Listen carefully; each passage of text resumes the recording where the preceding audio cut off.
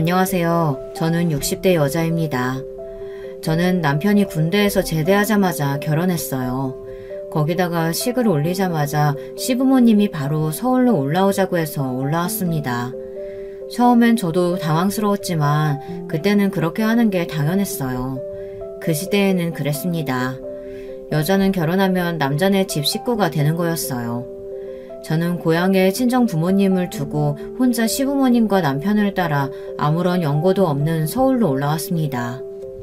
시부모님과 저희 부부는 서울에 올라와 작은 다세대 주택에 살았어요. 명색이 갓 결혼한 신혼이었는데 방 2개, 화장실 하나인 집에서 시부모님과 함께 살았습니다. 지금 우리 형편에는 서울에서 가게를 먼저 차리는 게 우선이니 장사 자리 잡을 때까지는 여기서 좀 참고 살아라. 돈 좀 벌면 그때 집 구해줄 테니 그때 분가해. 서울에서 이 정도 집이면 대궐이 따로 없지. 뭘 집을 또 얻어준다고 그래요. 나 처음 결혼했을 때는 이거보다 절반만한 방에서도 다 같이 잘만 살고 그랬어. 요즘 사람들은 절대 이해 못하겠지만 시어머니는 분가에 분자만 나오면 아주 학을 떼셨습니다. 남편이 외동아들이었거든요. 시어머니는 평생 금이야 오기야 키운 아들 평생 끼고 살고 싶어 하셨어요. 그랬으니 결혼한 아들을 이 먼 서울까지 데리고 온 거죠. 그래도 저는 시아버지의 말씀만 굳게 믿었어요. 장사해서 돈만 벌면 분가해서 살라고 하신 시아버님의 말씀을요. 시어머니가 쉽게 내보내주지 않으실 거라는 건 알지만 그래도 일말의 기대감을 안고 열심히 살았습니다. 시부모님은 시장에서 정육점을 하던 고모님의 소개로 같은 시장에서 과일 가게를 시작하셨어요. 남편도 시부모님을 도와 과일 가게 일을 했고요. 저는 새벽에 일어나 새벽 시장에 나가는 시아버지와 남편을 위해 식사를 챙기고 집안일을 했어요. 청소, 빨래, 식사 준비 등등 집안일은 모두 다 제 차지였습니다. 그렇게 10년을 꼬박 살았습니다.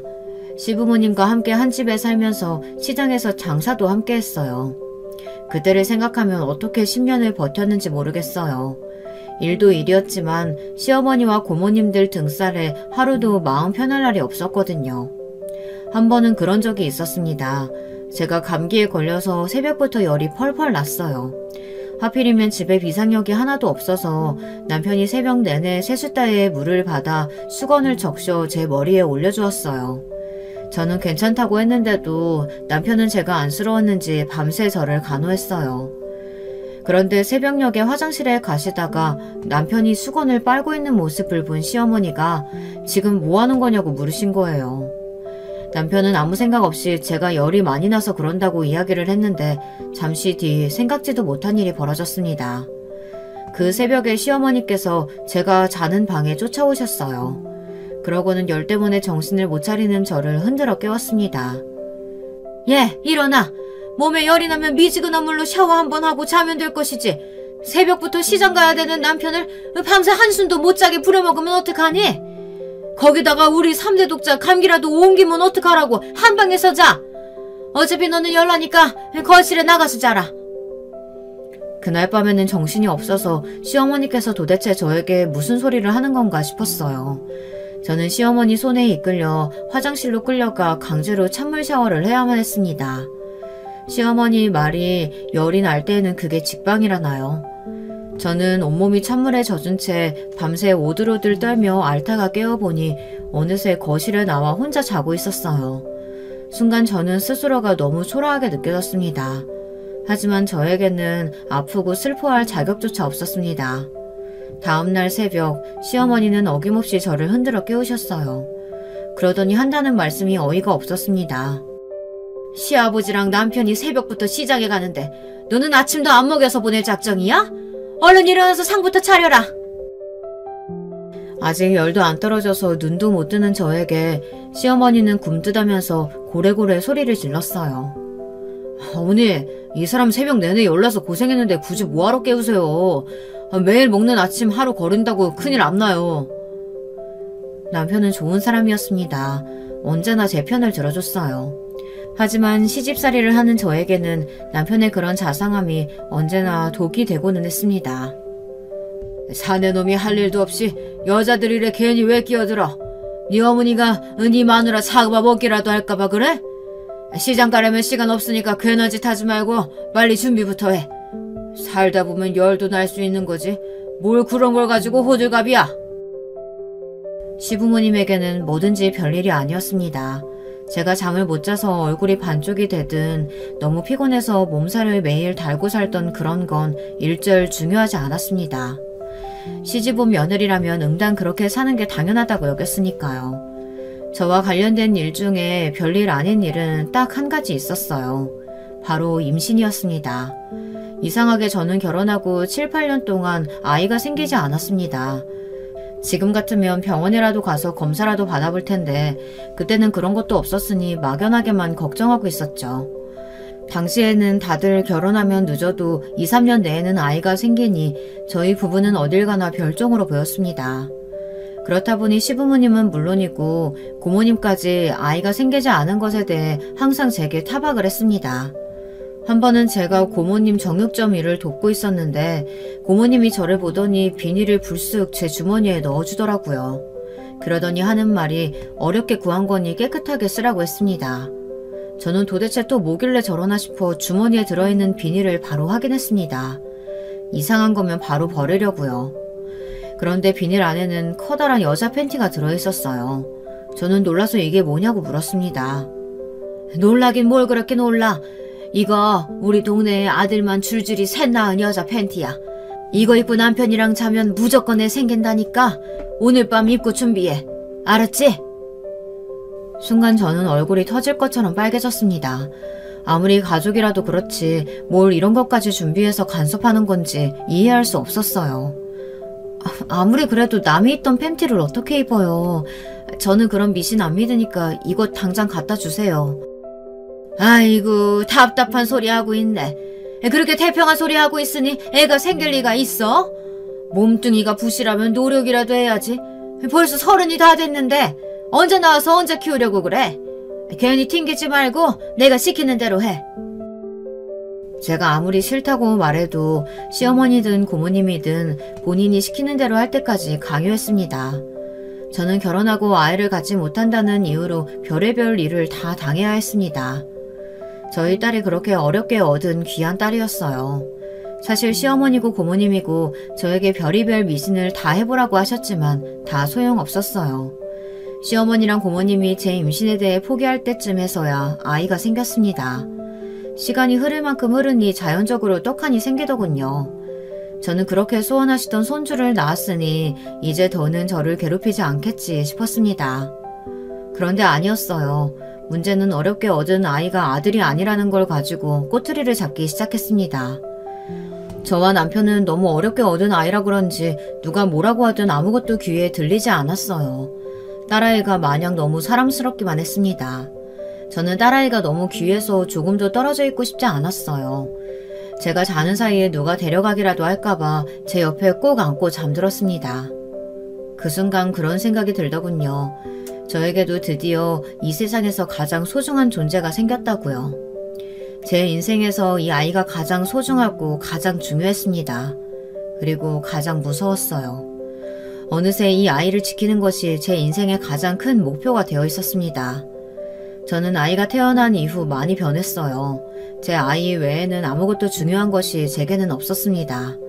새벽에 아이를 보느라 잠을 자지 못하니 더는 새벽에 일어나지 않았어요. 시아버지와 남편의 아침상을 차리는 일은 하지 않았습니다. 그리고 시장에도 나가지 않았어요. 하루 24시간 딸아이 곁에서 떠나지 않았습니다. 저의 달라진 모습에 물론 시부모님은 가만히 계시지 않았죠. 애 보는 게 아무리 피곤해도 그렇지 잠깐 일어나서 밥상 좀 차리는 게 뭐가 힘들다고 시애비랑 남편이 새벽부터 나가는데 못 일어나? 안 그래도 새벽에 잠을 못 자서 피곤한데 괜히 일어나서 밥상 차리고 하다가 깜빡 졸아서 애가 깨서 우는 것도 못 들으면 어떡해요. 상상만 해도 끔찍해요. 예전에는 시아버지의 호통이 무서워 시아버지가 한마디 하시면 찍소리도 못하고 깨갱이었는데 저도 엄마가 되고 나니 한층 마음이 단단해졌는지 시부모님이 더는 무섭지 않았어요. 너 지금 아들도 아니고 그까지 딸 좀 낳았다고 유세하니? 이제 태어난 지 한 달도 넘었는데 대충 업고 시장에 나와. 일도 바쁜데 언제까지 집에서 놀고만 있을 거야? 저만 보면 마음에 안 들어서 시아버지고 시어머니고 난리였지만 저는 굴하지 않았습니다. 어머님 아버님이 뭐라고 하시든 우리 딸내미 말하고 뛰어다닐 때까지 제가 계속 옆에 있어줄 거예요. 그러려면 저도 잘 자고 잘 먹고 잘 쉬어야 해요. 그러니까 당분간 어머님 아버님 일은 알아서들 하세요. 저도 제 새끼 키우느라 바쁘니까요. 뭐야? 남들 다 키우는 애 꼴랑 하나 키우면서 너 지금 어디서 건방이냐? 당장 내일 새벽부터 일어나서 그대로 아침상 차려. 주제를 몰라도 분수가 있지. 시아버지는 더는 봐줄 수 없다며 제게 손가락질까지 하며 화를 냈습니다. 그러면서 내일부터 당장 원래 하던 대로 새벽에 일어나 밥상도 차리고 시장에도 나오라네요. 저는 이대로 물러설 수 없었습니다. 애가 100일 지날 때까지만이라도 좀 이해해달라고 말할 참이었어요. 그런데 그때였어요. 보다 못한 남편이 나와 나서더군요. 아버지 어머니 제발 그만 좀 하세요. 저도 웬만하면 부모님이 하시는 대로 따르려고 했는데요. 더는 못 참겠어요. 이러다 애 엄마 잡겠어요. 저도 이제 할 만큼 했으니까 이 집에서 나가 살래요. 우리 지영이 데리고 분가하겠습니다. 저에게 다정하고 자상한 남편이었지만 남편은 효자예요. 부모님이 저에게 모진 소리를 하고 고모님이 저를 괴롭혀도 항상 제 편을 들어주기는 했지만 한 번도 시부모님의 뜻을 거른 적이 없었습니다. 그런 사람이 시부모님 앞에서 분가 선언을 해버렸어요. 저는 남편이 그냥 하는 소리인 줄 알았어요. 현실적으로 분가를 할 수 있는 상황이 아니었으니까요. 그런데 남편은 남자 중에 남자였습니다. 본인이 뱉은 말은 지켰어요. 저와 남편 그리고 딸아이는 셋이 시댁을 나와 분가를 했습니다. 남편이 지난 10년 동안 모은 돈으로 경기도에 작은 집을 구했어요. 남편은 어떻게든 서울에 살게 해주고 싶어 했지만 사정이 녹록지 않았습니다. 저는 서울이 아니라도 상관없었어요. 우리 세 식구가 다리 쭉 뻗고 살 수 있는 방 한 칸이 생겼다는 것만으로도 너무 기뻤으니까요. 남편은 배운 게 도둑질이라고 근처 시장에서 과일 장사를 시작했습니다. 저희가 분가한 이후 시부모님은 몇 년 동안 저희를 괘씸하게 생각하셨지만 그래도 시간이 흐르니 자연스레 풀어졌어요. 어쩌겠어요. 저희 시부모님께서는 자식도 아들 하나고 손주도 제가 낳은 딸 하나뿐인걸요. 아이러니하게도 나중에는 시부모님께서 저희 딸이라면 아주 죽고 못 사셨습니다. 시부모님 두 분 다 돌아가실 때까지도 제 딸 결혼하는 모습을 못 보고 죽는 게 한이라고 하실 정도였죠.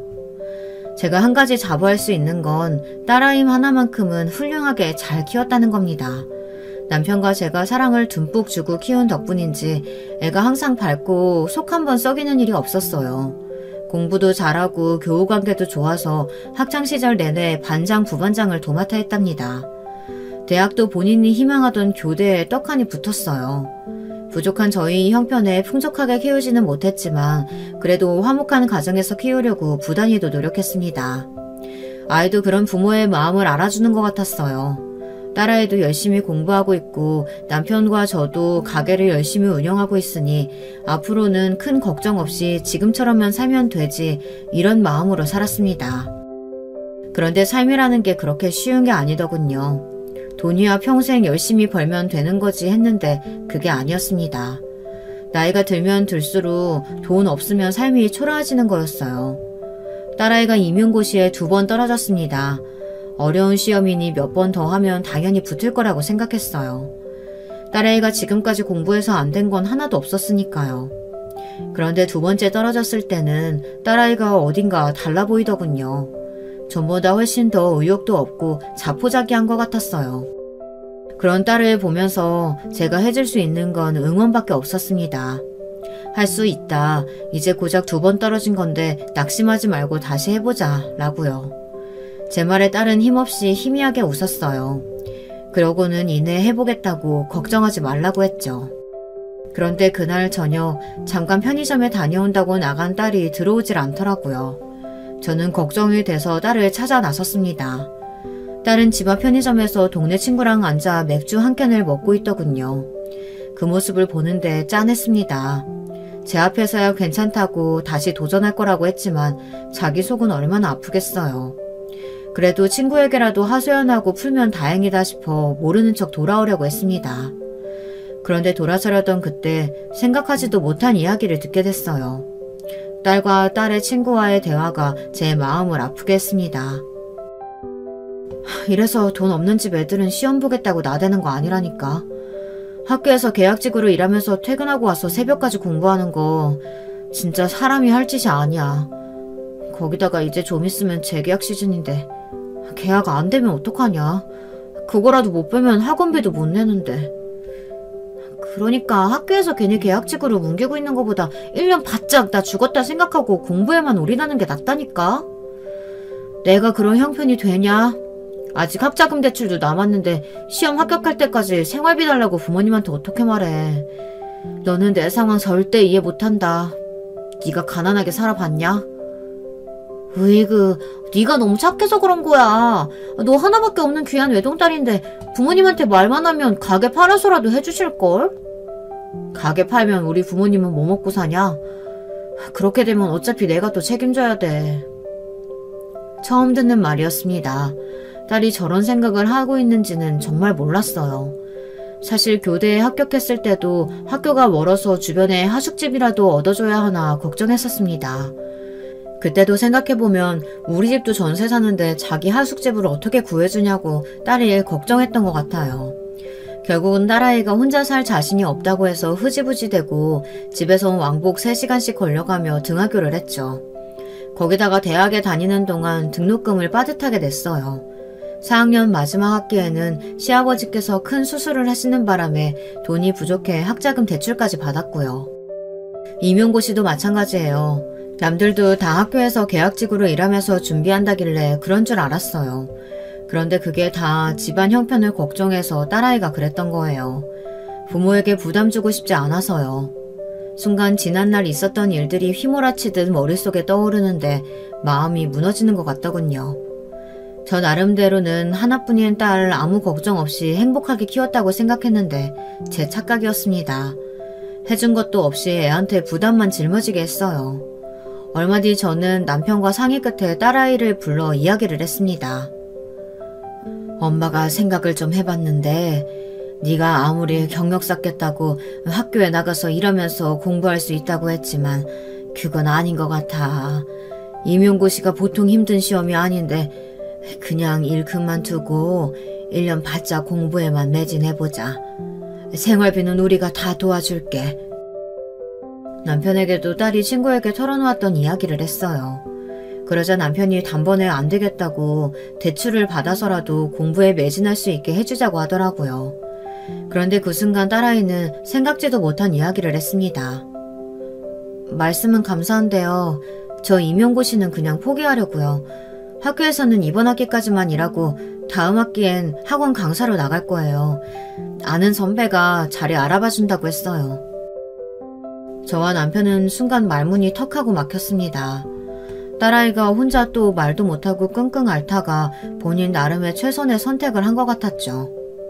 저는 너무 서운해서 참을 수가 없었습니다. 그런 중요한 문제를 엄마 아빠랑 상의도 안 하고 네 마음대로 정하면 어떡해? 너 초등학교 선생님이 평생 꿈이었잖아. 시험 좀 떨어졌다고 그렇게 바로 포기하는 거야? 엄마 아빠가 다 도와줄 테니까 한 번만 더 해봐. 엄마, 나 이미 마음 정했어. 꿈이야 말 그대로 꿈인 거지. 그리고 엄마 아빠가 그렇게까지 도와줬는데 나 또 떨어지면 더 힘들어질 것 같아. 그냥 새로운 기회 생겼을 때 열심히 해볼 거야. 학원 강사 보수도 좋고 대우도 좋아. 그쪽으로 가볼래. 딸은 이미 마음을 정했다며 딱 잘라 말했습니다. 조금 있으면 20대 후반인데 공부만 하는 것도 너무 힘들다고요. 빨리 자리 잡아서 연애도 하고 결혼도 하고 싶답니다. 저는 계약직이 아니라 안정적으로 살고 싶다고요. 아무래도 딸이 시험도 떨어지고 재계약도 되지 않아 감정적으로 힘들었던 것 같아요. 저와 남편은 딸이 꿈을 포기한다는 게 마음이 찢어질 듯 아팠지만 언제나처럼 딸을 응원하기로 했습니다. 그 이후로 딸은 계획대로 선배가 일하는 학원을 소개받아 학원 강사로 취직했어요. 옆에서 보니 그래도 잘 적응하고 일도 좋아하는 것 같아 다행이다 싶었죠. 자식은 성인이 돼도 그냥 자식인 것 같아요. 저보다 키도 크고 아는 것도 훨씬 더 많은데 어딜 내놔도 항상 걱정되고 마음이 쓰였죠. 그렇게 시간이 흘러 경사가 생겼어요.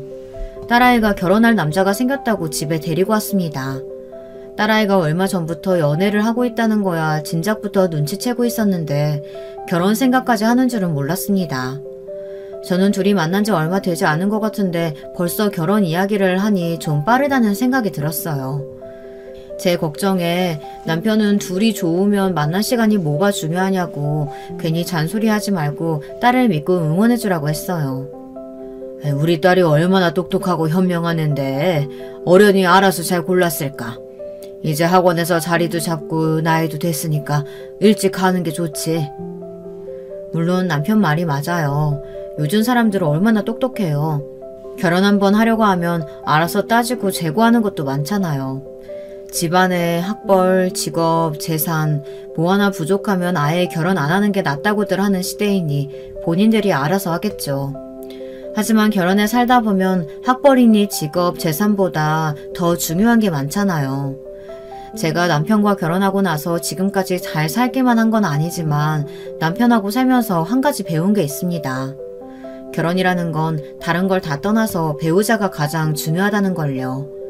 제 남편이 돈을 잘 버는 것도 아니고 좋은 부모가 있었던 것도 아니지만 남편이 제 곁에 있어서 지금까지 버티며 살 수 있었던 거예요. 시부모님이 저를 아무리 미워하고 구박해도 남편이 항상 제 편이었기에 참을 수 있었어요. 남편과 사이가 좋다 보니 나중에는 절대 용서할 수 없을 것 같았던 시부모님까지 용서하게 되더라고요. 거기다가 항상 돈에 쪼들리면서 사고 싶은 거 한번 내 마음대로 척척 못 사고 살아도 남편이 가정을 위해 매일 충실하게 일하는 모습을 옆에서 보고 있으면 저도 같이 으쌰으쌰해서 열심히 살고 싶어져요.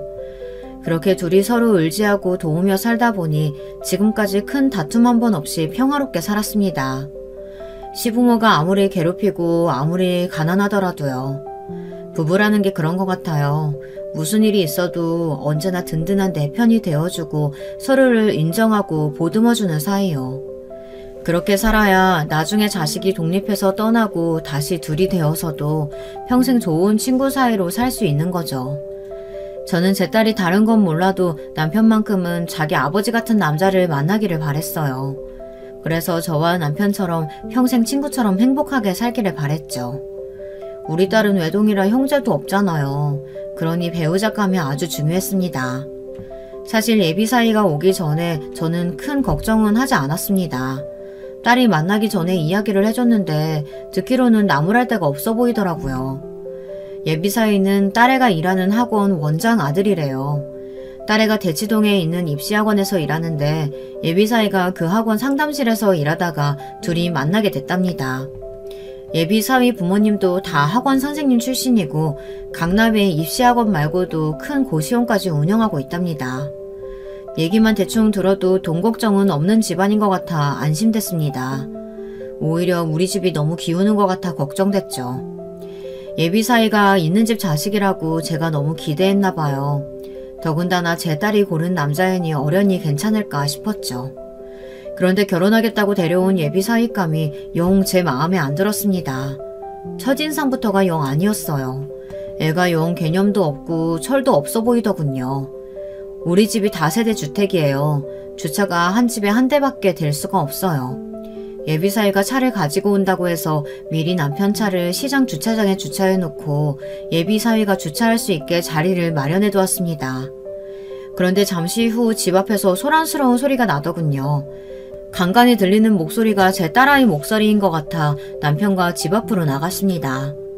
그런데 생각지도 못한 광경을 보게 되었어요. 딸이 데려온 남자친구와 지하에 사시는 할머니께서 말다툼을 하고 있더라고요. 이야기는 이랬습니다. 저와 남편이 굳이 주차 자리를 빼놓았는데도 예비사위는 그 자리가 마음에 안 들었나 봐요. 마침 가는 날이 장날이라고 비가 오고 있었는데 본인 차가 덩치가 커서 그 자리에 두면 비를 맞는다는 게 이유였습니다.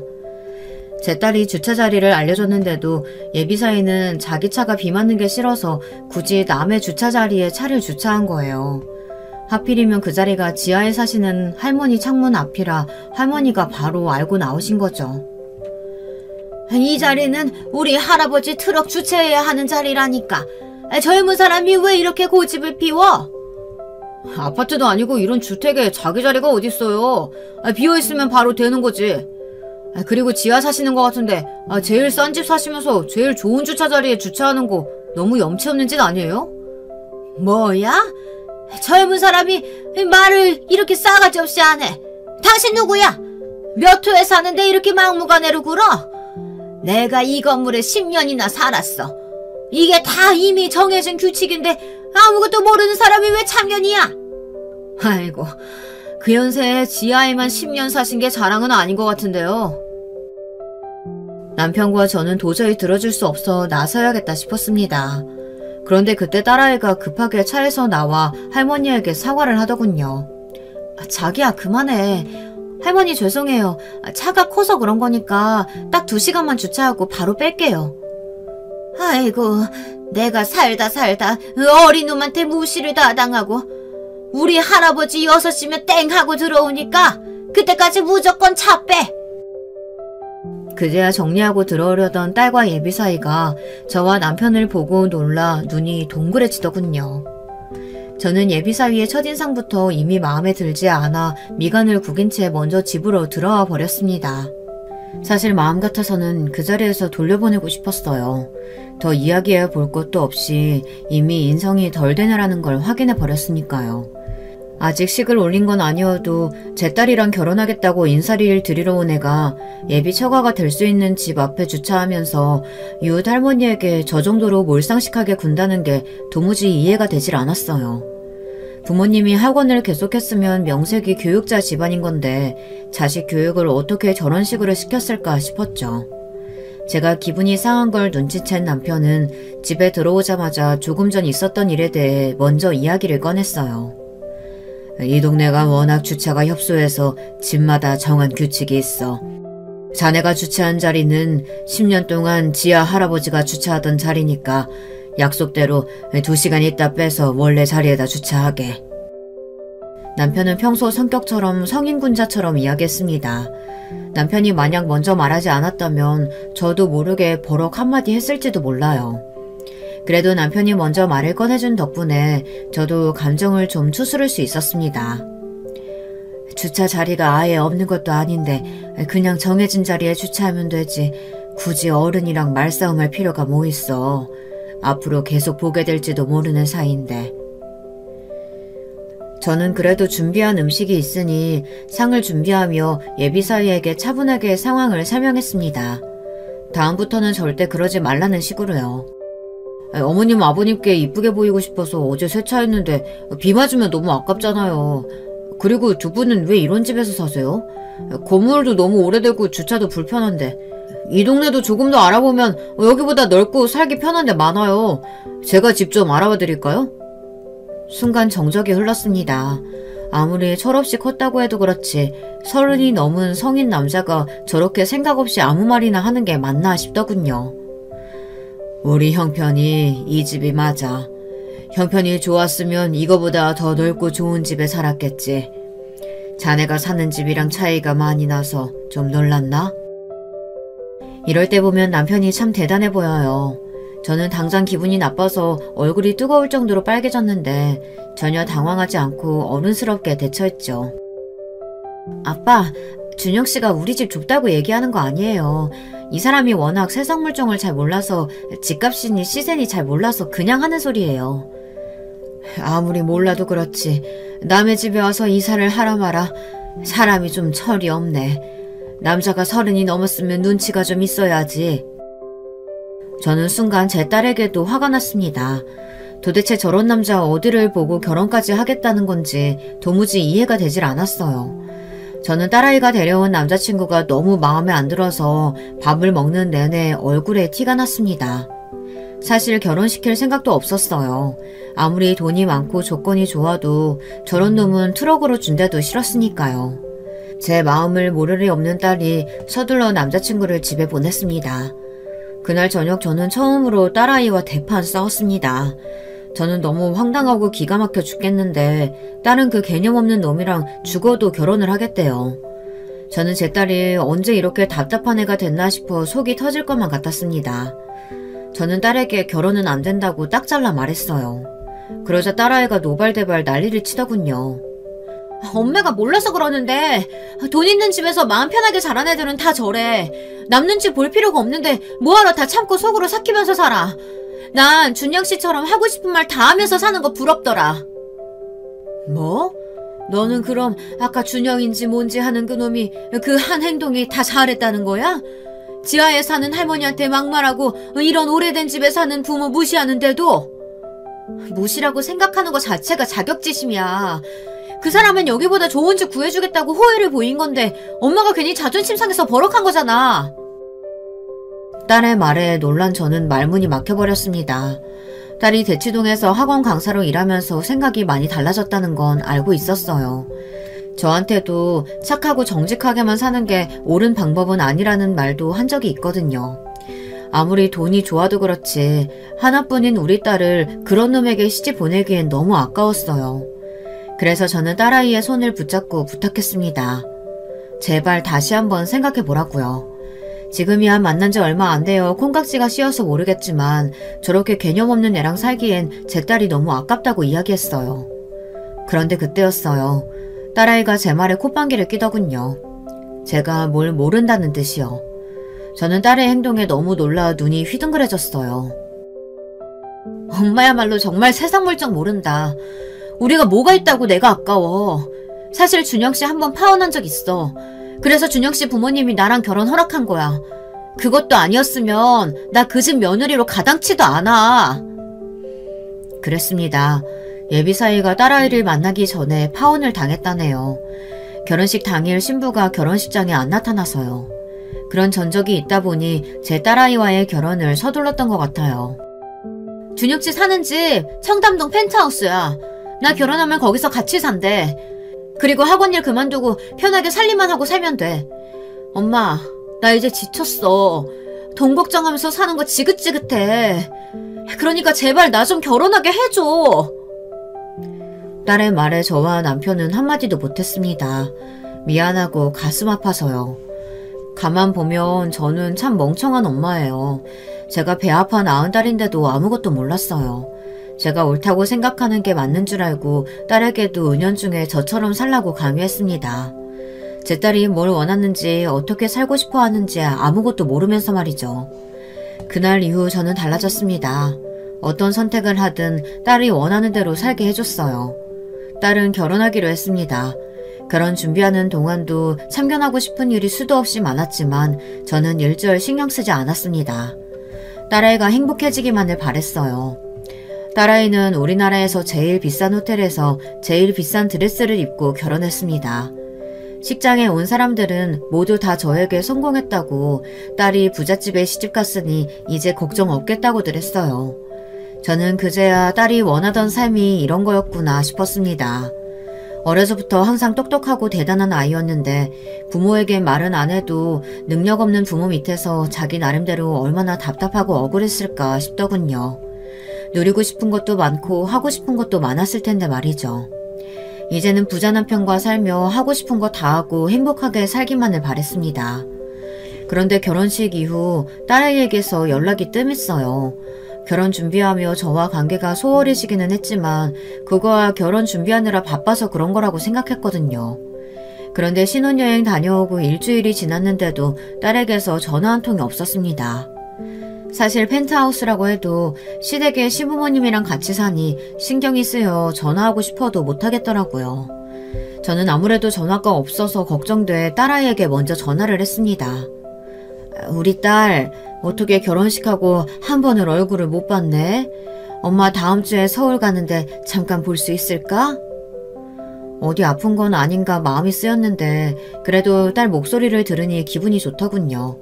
마침 제가 다음 주에 서울 갈 일이 있어 얼굴이라도 볼 수 있나 물었습니다. 서울은 갑자기 왜 오는데? 한참 만에 엄마 목소리를 듣고도 투명스러운 딸의 목소리에 저도 모르게 기분이 확 상했습니다. 아무리 사는 곳도 멀고 시집을 갔어도 그렇지 엄마 얼굴 본 지가 한참 됐는데 퉁명스럽게 말하니 서운하더군요. 그래서 저도 모르게 말이 못되게 툭 튀어나왔어요. 서울에 가긴 왜 가? 너 엄마 혈압 때문에 한 번씩 서울 병원 가는 거 잊어먹었어? 다음 주 예약이라고 했잖아. 딸이 걱정할까봐 병원 다니는 건 말 안 하려고 했는데 저도 모르게 괜히 심술이 나서 언성을 높이고 말았습니다. 그런데 그때였어요. 저를 꼭 닮은 제 딸도 제 말에 욱했는지 덩달아 화를 내더군요. 나도 나 살기 바쁜데 엄마 병원 가는 일정까지 일일이 다 알고 있어야 돼? 원래 그런 아이가 아닌데 말을 아주 밉살맞게 했어요. 싸가지 없는 남편이랑 살더니 말투까지 닮아가는 건가 싶더군요. 너 아무리 화가 나도 그렇지 엄마한테 무슨 말을 그렇게 쌀쌀맞게 해? 엄마 본 지가 언젠데 너 엄마 보고 싶지도 않아? 엄마야말로 나한테 말 좀 그렇게 하지 마. 얼굴은 못 봐도 꼬박꼬박 용돈 보내드리고 엄마 병원비도 내 카드값에서 나가는데 여기서 더 얼마나 신경을 쓰라고 이러는 건데. 엄마는 나 어떻게 사는지 한번 궁금해한 적이나 있어? 그냥 나는 항상 다 괜찮고 잘 사는지 알잖아. 나도 살기 힘드니까 엄마 일은 좀 엄마가 알아서 하세요. 순간 기가 막혀서 어안이 벙벙했습니다. 딸아이가 갑자기 돈 이야기를 하면서 생색을 냈어요. 저 딸아이에게 돈 달라고 한 적 한 번도 없습니다. 결혼 전에 사이가 혼자 와서 웬 카드를 한 장 주고 용돈도 주고 갔어요. 결혼식 때 보는 눈도 많으니 제 한복이랑 남편 양복 좋은 거로 좀 사라고요. 그러고는 제가 원하면 아파트도 하나 구해주겠다고 했습니다. 사위 말이 명색이 처가인데 이런 오래된 집에 사는 게 마음이 쓰인다네요. 저는 단번에 거절했어요. 지금까지 저희가 돈 걱정은 하면서 살았어도 남한테 빚을 지거나 신세 한 번 진 적이 없이 살았습니다. 안 그래도 돈 좀 있다고 뻐기는 별 볼 일 없는 사위놈한테 딸 보내는 것도 답답한데 그런 놈한테 집까지 받을 수는 없었죠. 그리고 사위에게 받은 카드를 갖고 있기는 하지만 아직 쓴 적도 없었어요. 저는 딸이 하는 말이 너무 서운해 순간 울컥했습니다. 내가 뭘 어쨌다고 얘가 이래? 너 무슨 일 있어? 왜 엄마한테 짜증이야? 제 말이 다 끝나지도 않았는데 제 딸은 제 말이 더 듣고 싶지 않았는지 그대로 전화를 끊어버렸습니다. 그날따라 전화를 받을 때부터 얘가 영 말도 없고 힘이 없더니만 뭐가 불만인지 저에게 화만 내다 전화를 끊어버리더군요. 자식이라는 게 참 그래요. 그런 모진 소리 듣고도 제 마음이 더 안 좋더군요. 제가 30년을 키운 앤데 제가 제일 잘 알잖아요. 그 착한 애가 엄마에게 모진 소리를 하고는 혼자 끙끙 마음 졸일 걸 생각하니 속상하더군요. 저는 딸이 한 말 하나하나가 가슴에 남았어요. 저야 사위 앞에서 당당하려고 큰소리치고 했지만 있는 사람들이 보기에 어디 그게 좋게 보였겠어요. 없는 사람들이 자존심 부리는 거로밖에 안 보였겠죠. 혹시나 사위놈이 없는 처가 무시하고 딸아이를 구박이라도 하는 건가 싶어 저는 마음이 쓰였습니다. 더 이상한 건 그날 이후 딸아이에게 연락이 없었어요. 사실 딸과 엄마 사이라는 게 그렇잖아요. 매일 서로에게 상처 주는 말을 하면서 싸워도 금방 다시 아무 일도 없었던 것처럼 굴잖아요. 저와 딸도 항상 그랬기 때문에 며칠 있으면 딸에게 먼저 엄마 하면서 연락이 올 줄 알았어요. 그런데 통 연락이 없었습니다. 처음에 며칠은 딸에게 서운하다가 이내 화가 났어요. 얘가 부잣집에 시집 가더니 아무것도 없이 사는 엄마는 이제 창피하고 필요 없는 건가 싶더군요. 엄마가 몸이 성치 않아 매일 병원에 왔다 갔다 하는 거 뻔히 알면서도 어쩜 이렇게 연락이 없나 싶었죠. 저는 참다 제가 먼저 전화를 했어요. 세상에 자식이 이기는 부모가 어디 있겠어요. 그런데 딸은 전화를 받지 않았습니다. 한두 번은 바쁜가 보다 하고 넘어갔는데 제가 서울에 갔을 때도 계속 전화를 했는데 받질 않더라고요. 아무리 저에게 화가 났어도 그럴 애가 아니에요. 말은 퉁명스럽게 해도 엄마가 병원 가는 날은 항상 달력에 써놓고 약 먹는 시간에 전화도 오고 했었거든요. 저는 아무래도 걱정돼서 사위에게 전화했습니다. 딸애가 일주일 넘게 연락이 안 됐다고요. 지영이 저희 어머님이랑 일본에 여행 갔어요. 지영이가 요즘 무슨 스트레스가 있는지 너무 힘들어해서 어머니가 온천 좀 하고 오자고 데리고 갔거든요. 저야 당연히 장모님께 이야기하고 간 줄 알았는데 저 어머님이랑 싸웠다더니 아직 화해 안 하셨어요? 딸애가 사위에게 뭐라고 했는지 사위는 저랑 딸이 싸워서 힘들어하는 줄 알더군요. 그러면서 하는 말이 기가 막혔습니다. 어머님, 제가 이런 말씀 드린다고 서운하게 생각하지 마세요.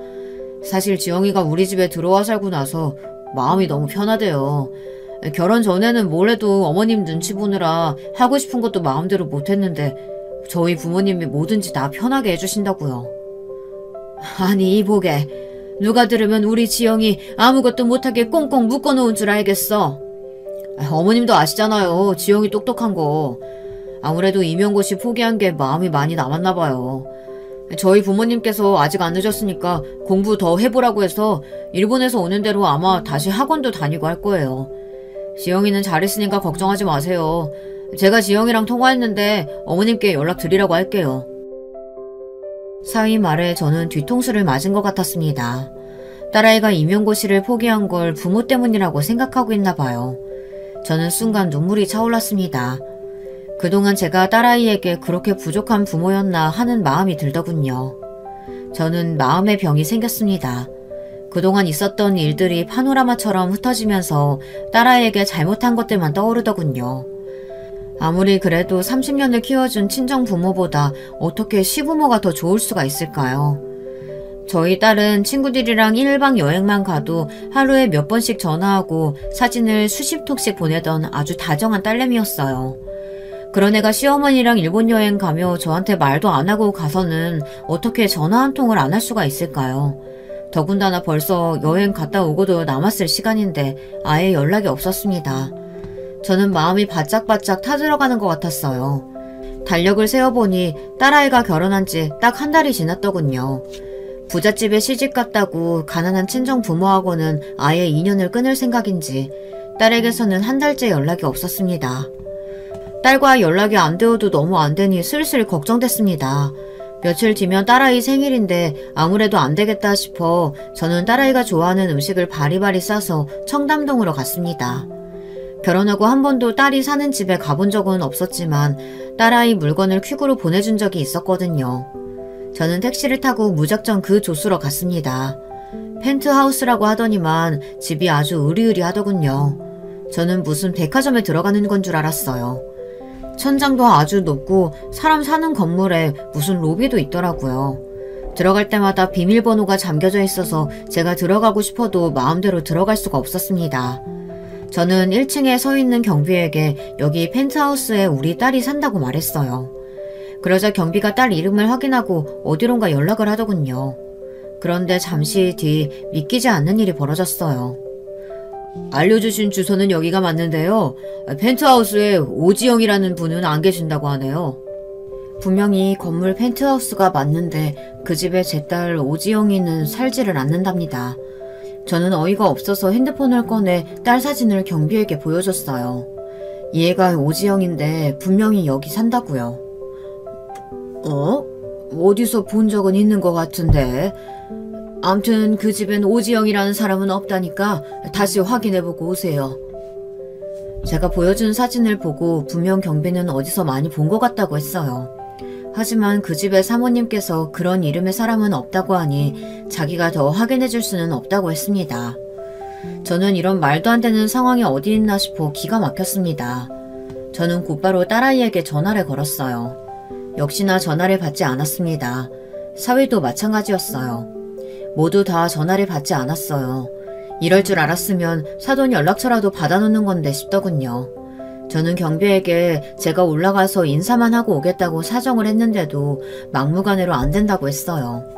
세상의 부자들은 도대체 뭐가 무서워서 이렇게 경비가 삼엄한 집에 사는 줄 모르겠더군요.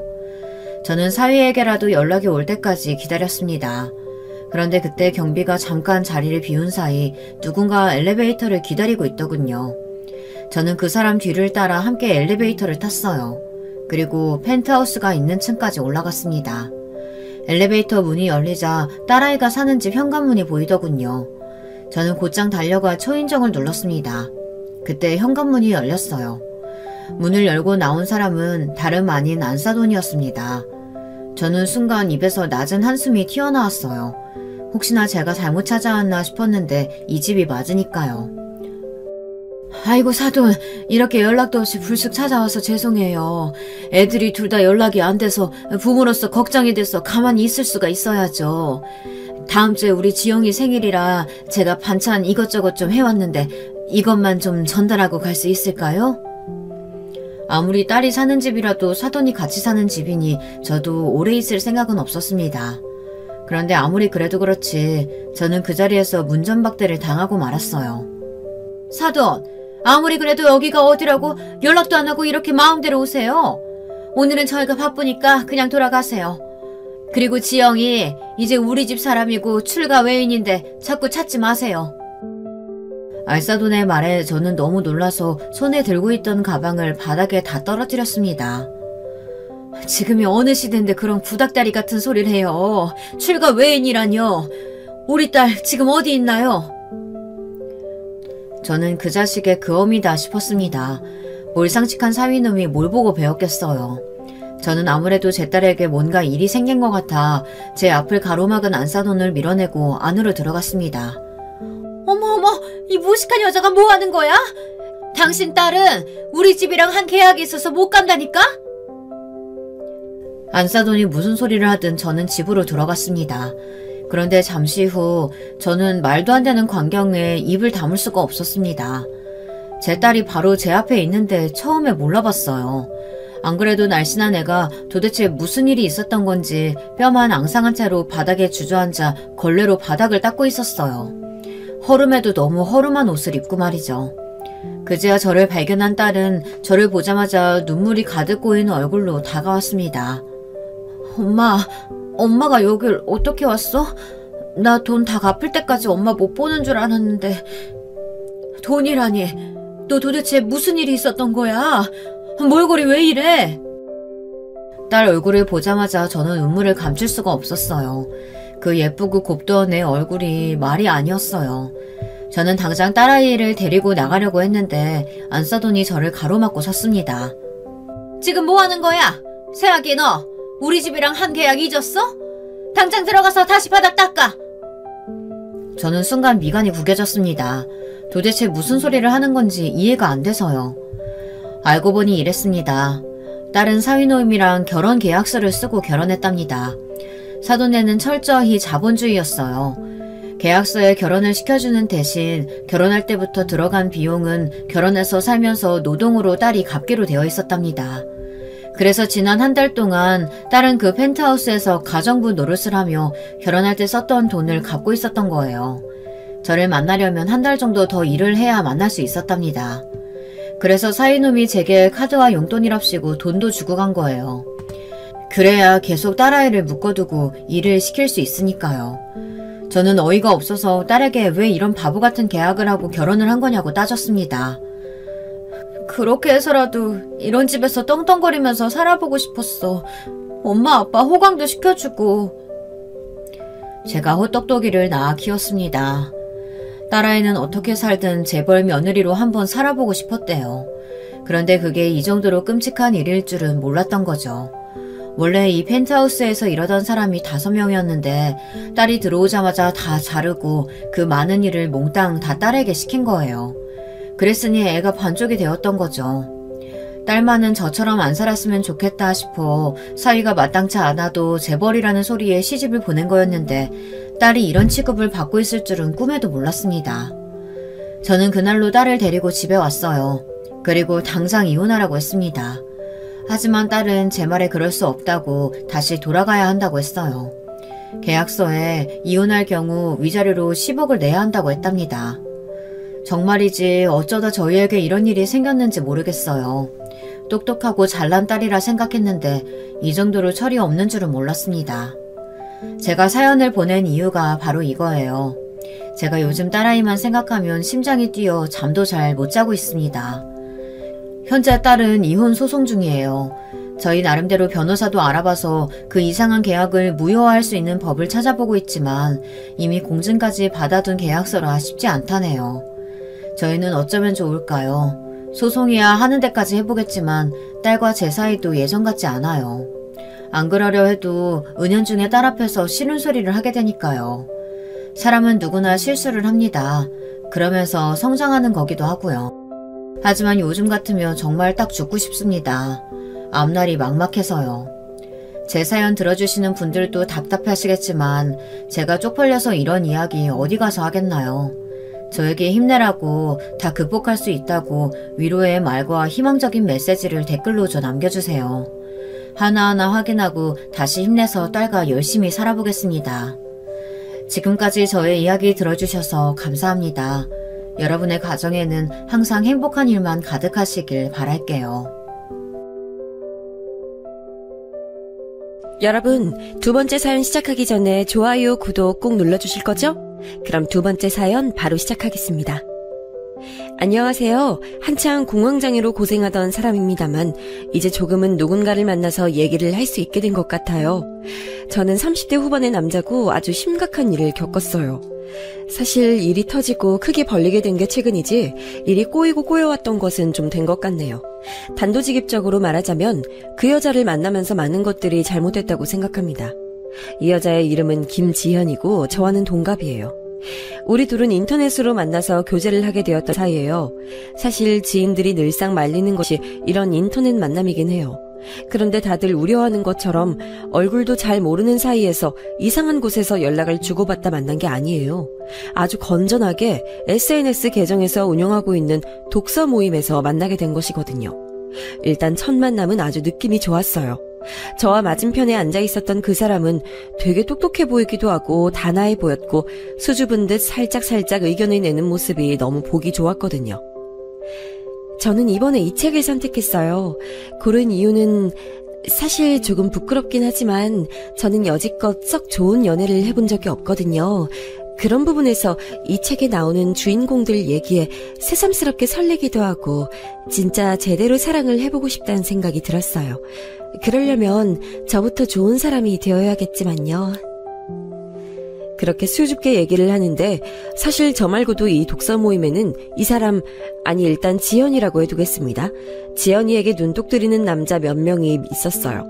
처음엔 단순하게 호감만 있었기 때문에 일주일에 한 번 정도 만나는 그 독서 모임에 딱히 진지하진 않았습니다.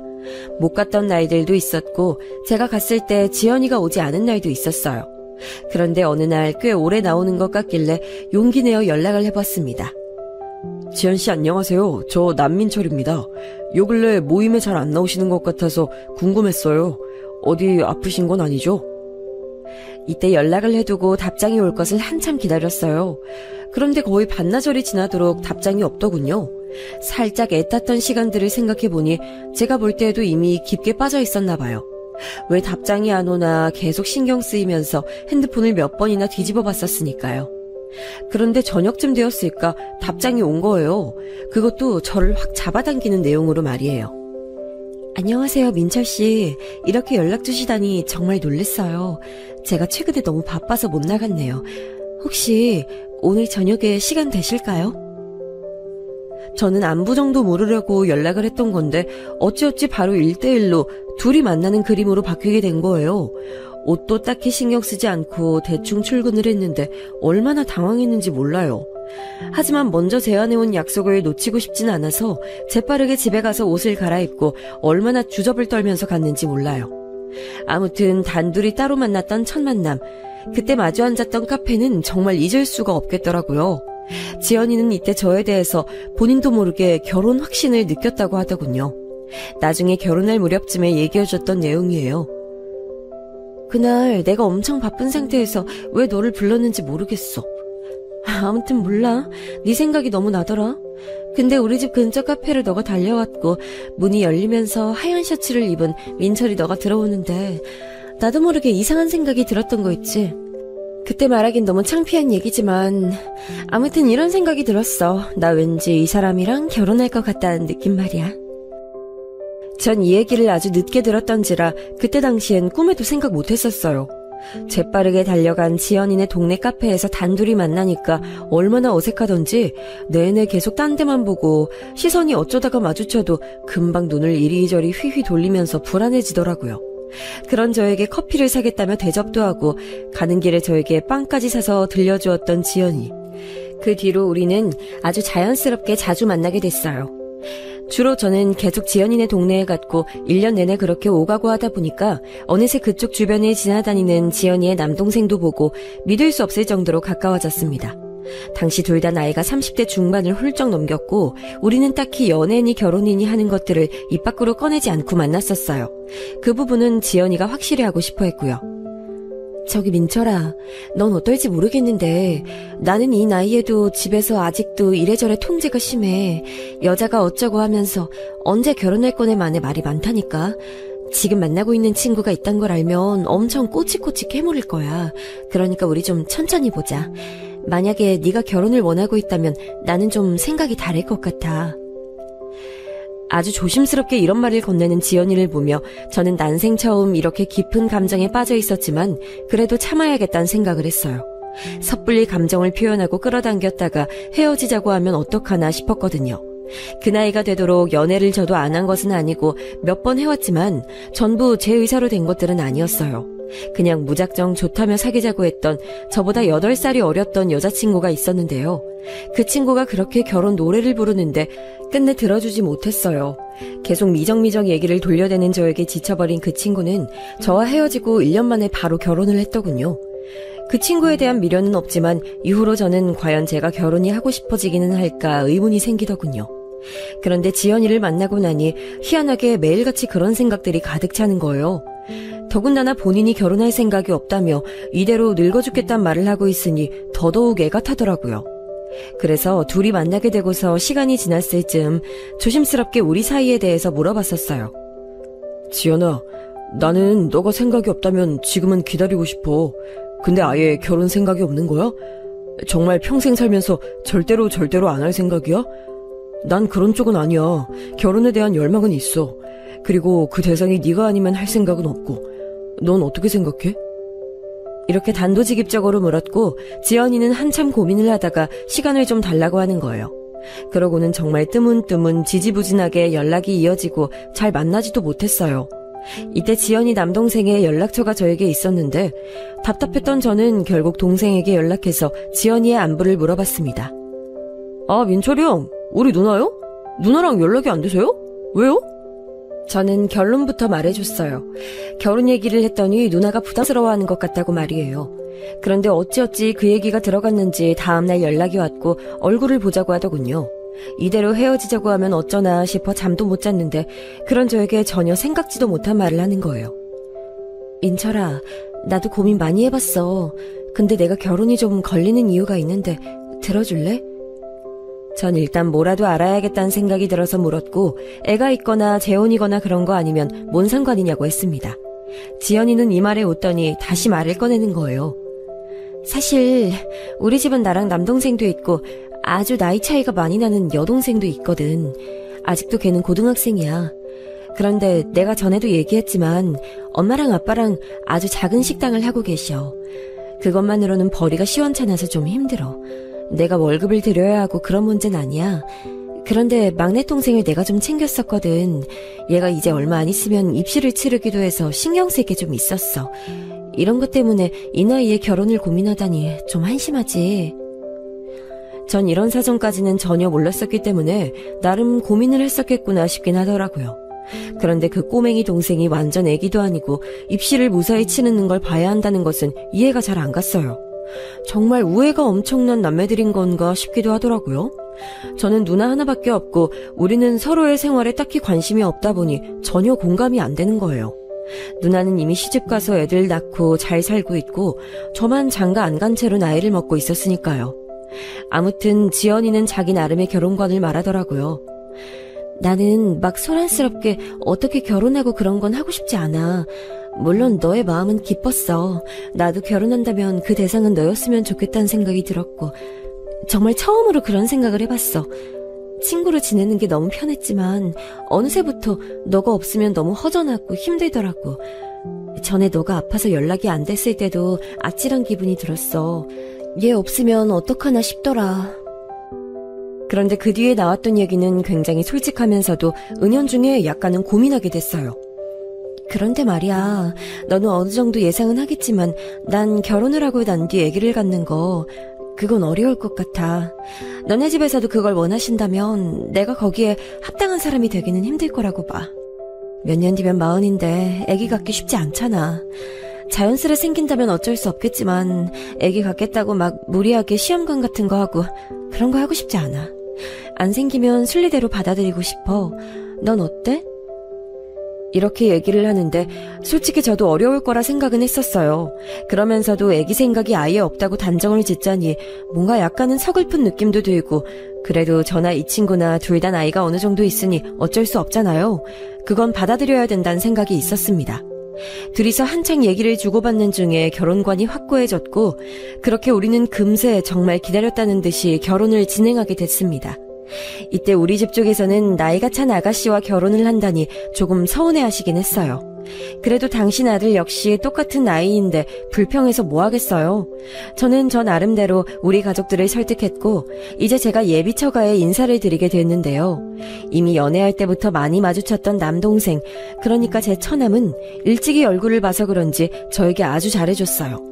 그리고 그날 처음으로 나이 차이가 많이 난다던 이제 고등학생인 꼬맹이 처제를 보게 된 거예요.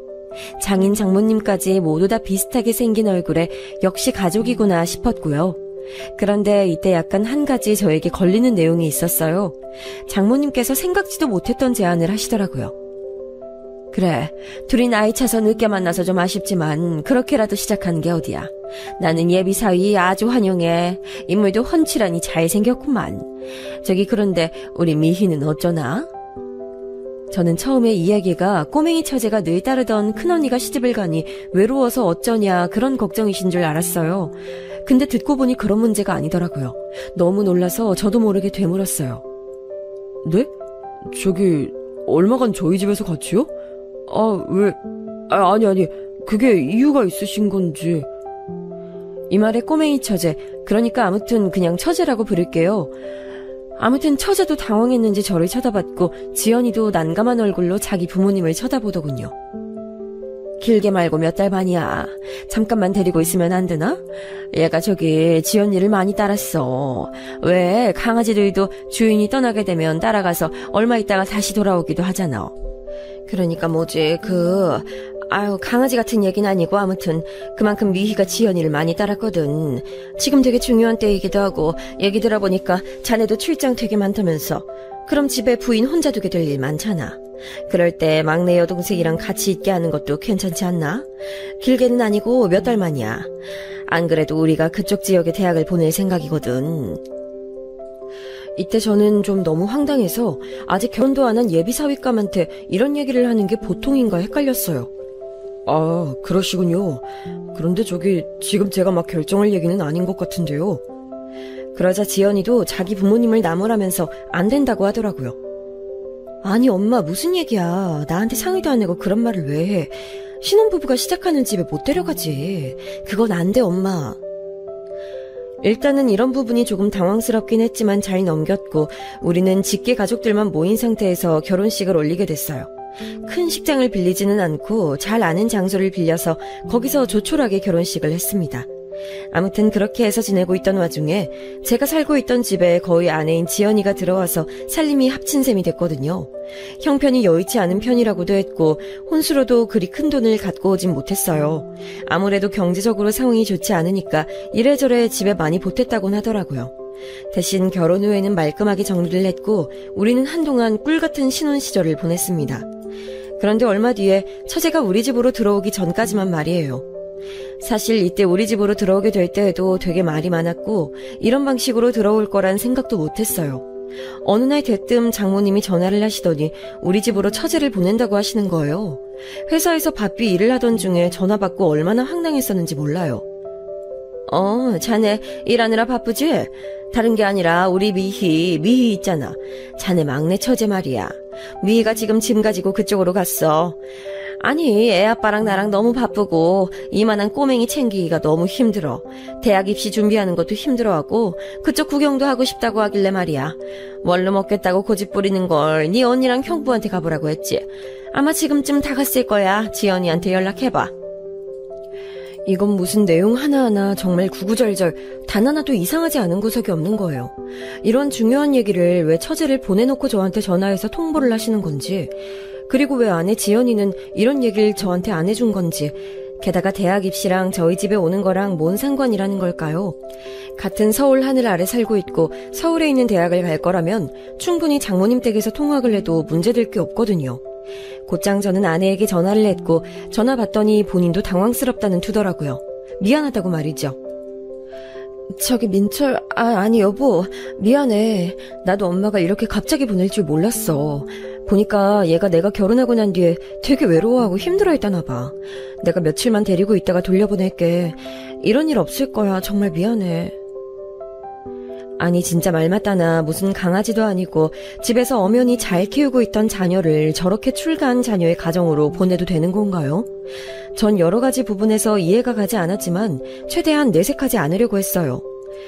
내가 편하게 드나들던 내 집에 낯선 처가 식구가 와 있다고 하니까 썩 마음이 편치 않더라고요. 지연이는 미안했던지 식사도 신경 써서 차렸고 마주 앉은 처제도 고개를 푹 숙이고서는 잔뜩 눈치를 보는 거예요. 형부 죄송해요. 갑자기 찾아와서. 그런데 저 여기 얼마 안 있을 거예요. 정말 얼마 안 있다 갈 거예요. 그냥 얼마만 있게 해주세요. 그러면서 고개도 못 들고 머리를 치렁치렁하게 앞을 가리고 있고 그 모습을 보며 지연이는 또 짠해하는 모습을 보이니 저도 더 뭐라고 하진 못했어요. 이런 분위기가 되어버렸으니 일단은 받아들일 수밖에 없는 거죠. 그런데 얼마 지나지 않아 처제가 살아가는 모습은 정말 아무리 봐도 너무 마음에 안 드는 거예요. 아무리 고등학생이고 아직 어리다고 하지만 장인어른 장모님께서 막둥이 딸을 너무 오냐오냐 키우신 게 느껴지더라고요. 저렇게까지 단순하게 키웠어야 했을까 싶을 정도로 머무는 공간을 너무 지저분하게 만들었어요.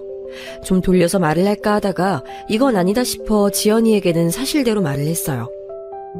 저기 지연아, 처제 다른 건 다 괜찮은데 집에 와서 먹은 거나 이런 것 정도는 싱크대에 갖다 두게 해줘라.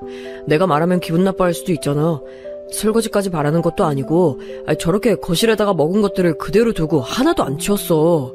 라면이랑 삼각김밥 같은 거 껍질째 그냥 굴러다니고 있잖아. 우리가 올 때까지 정말 조금도 손댈 생각을 안 하는 것 같아. 이렇게 말을 했던 건 처제가 잠깐만 다녀간다고 했던 날들이 점점 길어지고 있기 때문이기도 했어요. 은연중에 대체 언제 보낼 것인지 처제는 왜 저렇게 큰 트렁크를 끌고 온 건지 제 안에 계속 물음표로 남아있었거든요. 지연이는 이 부분에서 미안한 듯 말을 하면서도 끝내 언제 갈 것인지에 대해서는 말을 하지 않더라고요. 미안. 얘가 진짜 그런 부분에 버릇이 없다니까. 내가 그 부분 확실하게 말해둘게. 자꾸 저러고 있으면 곤란하잖아. 미안해. 내가 고치도록 할게. 저기 지연아, 나도 이렇게 말해서 미안한데 자꾸 저러고 있으면이라니. 처제 혹시 우리 집에 어느 정도 있는 건지 알 수 있어? 불편하다기보다 나도 기한은 알아둬야 할 것 같아서. 나중에 우리 부모님도 집에 오실 수 있고 누나도 올 수 있잖아. 아무것도 모르고 있다가 부딪히면 좀 곤란하니까. 이건 저도 최대한 애둘러서 말한 거였어요. 실상은 부모님 핑계를 대고 처제를 언제 보낼 건지 직접적으로 물은 셈이었죠. 당연히 곧 보낼 거라고 미안해할 줄 알았는데 지연이의 반응은 되게 애매하게 돌아왔어요. 여기서 저는 답답함을 느꼈습니다. 그게 미희가 아직 좀 더 있고 싶나 봐. 저기 원룸도 내가 알아봐 줄까 싶어서 요즘 찾아보고 있거든? 구해지면 아마 나가게 될 거야. 이렇게 마치 남일처럼 이야기를 하는데 저는 나가는 시기도 제가 알 수 없다는 것에 숨이 턱턱 막혔어요. 아니 정도가 있지. 아무리 제가 자기를 좋아하고 사랑해서 결혼했다지만 오롯이 우리 둘이 살기 위해서 이 집을 정한 거잖아요. 지연아, 내 말 오해하지 말고 잘 들었으면 좋겠는데 나는 처제가 있는 게 불편하다기보다는 우리 둘의 생활을 좀 신경 써줬으면 좋겠어. 둘이 결혼해서 둘이 살아가고 있는 거고 그러기 위해 이 집이 있는 거잖아. 둘 다 그걸 동의했고. 근데 나는 처제가 같이 있게 될 거라고는 듣지 못했어. 이 부분은 지연이 너가 처제나 장모님께 확실히 해줬으면 해. 그런 건 부모님께 확실히 얘기할 수 있잖아. 제 말을 여기까지 들은 지연이는 조금 난감한 표정을 짓더니 그제야 알겠다, 얘기해보겠다고 하는 거예요. 알겠어. 여보가 힘들어할 거란 생각을 못했네. 엄마가 무작정 부탁하긴 했지만 그래도 여보가 잘 받아줘서 너무 고마웠어. 우리 미희 같이 데리고 있어줘서 고마워. 이렇게 말을 하는 걸 들으니 순간적으로 제가 너무 강하게 밀어붙였나 싶었지만 그래도 얼마간 쭉 이어졌던 낯선 식구와의 생활은 저를 너무 피곤하게 만들었어요. 그렇게 해서 어찌어찌 처제를 보냈고 저도 그날은 괜히 어색하면서도 개운한 마음에 지연이가 좋아하는 음식과 간식거리를 사들고 들어갔었답니다. 그런데 묘하게 뚱한 얼굴로 서운한 빛을 내고 있는 모습을 보니 저도 뭐가 뭔지 모르겠는 거예요. 지연아, 기분이 별로 안 좋아 보이네. 혹시 처제가 집에 가서 그러는 거야? 이 말에 직접적으로 오케이 하진 않았지만 눈물을 글썽이며 딴 쪽을 돌아보는 지연이를 보니 정말 머리가 너무 아파오더라고요. 대체 신혼인데 이게 뭔가 싶기도 하고 일단은 제가 아내를 아끼고 사랑하는 마음이 너무 커서인지 앞서 너무 냉정하게 보냈나 싶은 후회가 들었어요. 저도 참 저인 게 결국은 이때 설득을 다시 해서 처제를 불러들이게 됐답니다. 한 달만 언니와 지내다가 돌아가는 걸로 해서 말이에요. 방학 기간이기도 했고 썩 내키진 않았지만 어디까지나 상호 협의한 상태에서 와 있게 했어요. 그러다 보니 주말도 셋이서 보내게 됐고 저는 있는 동안만은 최선을 다하자고 생각했어요. 내심 또 이런 일이 있으면 스트레스 받을 것 같아서 저희 집에 있는 동안 용돈도 주고 데리고 여기저기 다니기도 했었어요. 지연이도 그런 부분에 대해서 꽤나 고마워하는 눈치였고요. 그런데 문제는 이때 처가 쪽 먼 친척 결혼식에 갔다가 터지게 된 거예요. 이날 저는 갈 예정이 있진 않았고 지연이랑 처제만 둘이 다녀온다고 했었는데요. 마침 시간이 비게 된 거예요. 지연아, 나 오늘 일이 일찍 끝났어. 금방 차로 데리러 갈게. 내 차로 다 같이 편하게 가자. 제 말에 지연이는 미안했는지 그러지 않아도 된다는 거예요. 아니야. 나랑 미희랑 둘이 지하철로 갔다 올게. 오늘 같은 날 모처럼 편하게 집에서 쉬어. 우리 둘 신경 쓰느라고 여보 맨날 고생하잖아. TV도 보고 배달도 시켜 먹고 놀아. 이렇게 저를 배려해주는 부분을 보니 약간 찡하기도 해서 굳이 제가 데리러 간다고 했어요. 한사코 괜찮다고 사양하는데도 말이죠. 하지만 시간이 지나서 이 글을 적으면서 생각해보니 이미 느낌이 딱 오네요. 이때 제 아내 지연이는 저에게 미안하고 고마워서 이런 말을 한 게 아니었어요. 자기와 나이 차이 많이 나는 여동생을 챙겨준 남편이 고마워서 굳이 처가 행사까지 안 와도 된다고 거절한 줄 알았는데 그게 아니었던 겁니다. 웬만하면 제가 오지 않았으면, 아니 제발 오지 말았으면 하는 이유가 있었던 거예요. 그건 그날 제가 이 둘을 데리고 처가 결혼식에 도착했을 때 한창 분위기가 무르익었을 때 눈치채게 됐어요. 사실 눈치랄 것도 없고 그냥 좀 이상하다고만 생각했었어요. 왜 저한테 저런 말을 하시나 싶었거든요. 그 말을 하신 분은 처가 쪽 작은 아버님이셨는데 분위기를 보아하니 굉장히 오랜만에 본 듯했어요. 지연이와 저, 처제 셋을 보자마자 반갑게 달려오셨고 지연이도 어색하게 인사를 하더라고요. 작은아빠 건강히 잘 계셨죠? 진짜 오랜만이네요. 거의 10년 만에 보는 것 같아요. 그러자 작은아버님도 아주 반갑게 인사를 하시는데 좀 이상한 내용을 듣게 됐어요. 야, 이쪽이 그 뭐야, 신랑?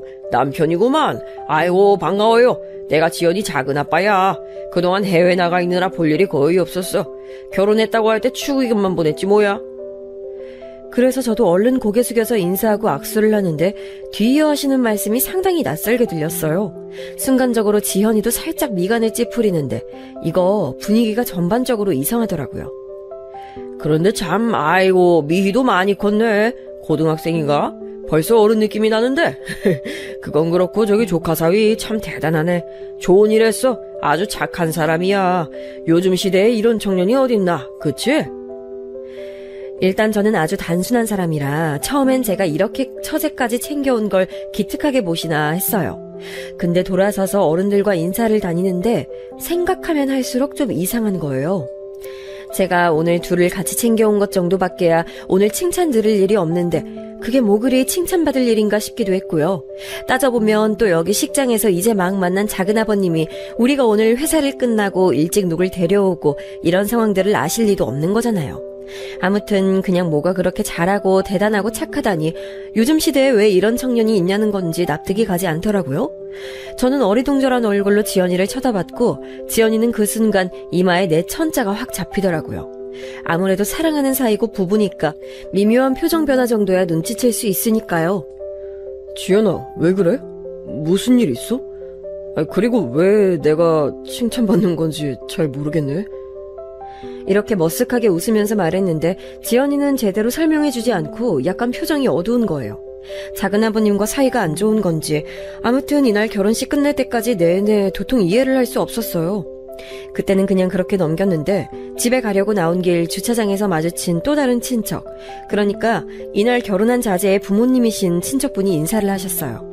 아무튼 줄줄이 이렇게 계속 지연이의 친척 어르신들을 만나게 됐는데 전부 다 비슷한 반응을 하시면서 저를 반겨주셨어요.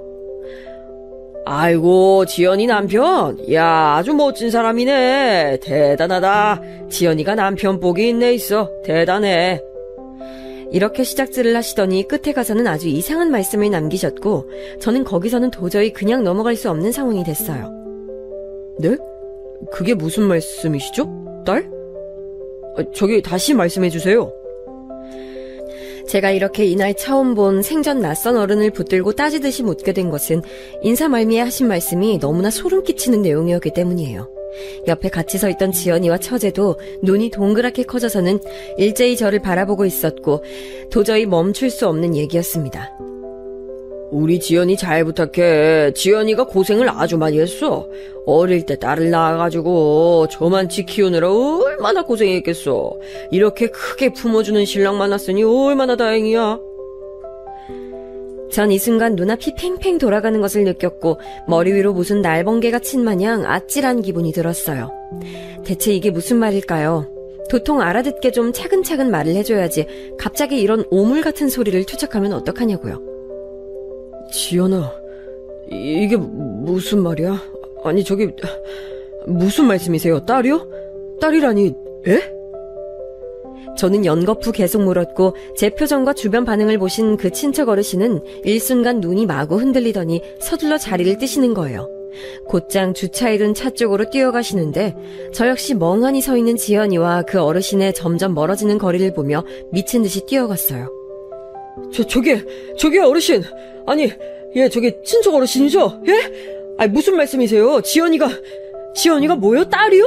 처제, 아니 여동생이 아니고 딸이요? 전 정말 누가 옆에서 달래주지 않으면 거품이라도 물 것 마냥 너무 충격이 컸고 억지로 차 안으로 몸을 우겨 넣어 빨리 자리를 뜨려는 그 어르신이 그냥 농담이라고 잘못 말했다고 말해주길 바랐어요. 안 그러면 도무지 이 상황을 맨정신으로 버틸 수가 없잖아요. 세상에 딸이라니. 아내 지연이가 막내 여동생이라고 데리고 와서 저렇게 매일같이 먹고 자고 챙기는 저 처제가 알고 보니 아내가 일찍 낳은 딸이라니. 농담도 진짜 너무 지독하고 더럽게 하신다는 생각이 들었어요. 끝끝내 그 어르신은 아주 냉정할 정도로 차 문을 거세게 닫아버리시더니 슝 하고 나가버리셨고 어떤 대답도 들을 수 없었어요. 그대로 전 겨우 옆에 있는 벽들을 잡고 걸으면서 영혼이 어딘가 나가 있는 듯한 표정으로 저를 보고 있는 지연이와 처제 옆으로 성큼성큼 걸어갔어요. 저 역시 아주 속이 완전히 뻥 뚫려버린 상태라 뭔가 묻긴 해야겠는데 빨리 말이 입안에서 돌질 않는 거예요. 마치 혀가 돌처럼 굳어버렸고 누가 말을 못하게 막고 있는 마냥 입이 떨어지지 않았어요. 그래도 겨우겨우 숨을 내쉬면서 첫 마디를 던졌습니다. 이게 무슨 말이야? 장난이지? 나 못 알아듣겠는데 말 좀 해봐, 지연아. 제 말에 얼굴이 일그러지던 지연이는 뭔 소리를 하는 거냐며 화를 내야 하는데 그대로 입도 똑같이 이래저래 구겨지는 모양이 되더니 눈을 질끈 감고 서 있는 거예요. 그리고 옆에 서 있던 처제는 저를 그 큰 눈으로 마구 쳐다보더니 계속해서 자기 언니 손을 꽉 부여잡고 숨을 거칠게 내쉬는 거 있죠. 도통 요상하고 잔망스러운 분위기가 아닐 수가 없었어요. 그 습하고 공기 잘 안 통하는 삭막한 지하 주차장에서 이러고 있어야 했던 건가요? 도무지 입이 떼지지 않고 발도 떼이지 않아서 우리 셋은 우두커니 그 주차장에 거의 10분가량 서 있던 것 같아요. 셋 중 그 누구도 감히 그 분위기를 깨고 움직일 수가 없었고 거의 쥐가 날 정도로 한 자세로 있다가 몸에 경련이 일고 나서야 제가 겨우 몸을 틀었어요. 차로 가자. 차로 가서 얘기해. 전 이 말을 하면서도 목이 메이고 쉰 듯 제대로 나오지도 않았어요. 아무튼 그렇게 차로 떠듬떠듬 걸어 들어가서 제가 듣게 된 내용은 진짜 웬만한 공포영화는 장난도 못 칠 만큼 끔찍한 내용의 이야기였습니다. 내가 다 설명할게. 저기 너무 화내지 말아줘. 지금 생각해보면 이 말도 너무 소름 끼치고 충격적이에요. 어떻게 이런 말을 하면서 자기 사정을 줄줄 늘어놓을 수가 있는 걸까요? 그냥 말해. 가감없이 말해, 얼른. 저는 눈을 뜨고 볼 자신이 없어서 일단 눈을 감고 있었고 그 뒤로 들려온 얘기는 이거였어요. 처제는 자기 딸이 맞다고 결론부터 말을 하더군요. 미희는 내가 일찍 좀 안 좋은 일이 있어서 그때 낳게 됐어. 엄마가 호적에 올렸고. 이런 식으로 얘기를 시작하는데 저한테 이 사실 한 줄 외에 더 들을 얘기가 뭐가 있을까요? 그 뒤로는 그냥 다 구구절절 아주 지루하게 이어지는 변명들 뿐이었고요.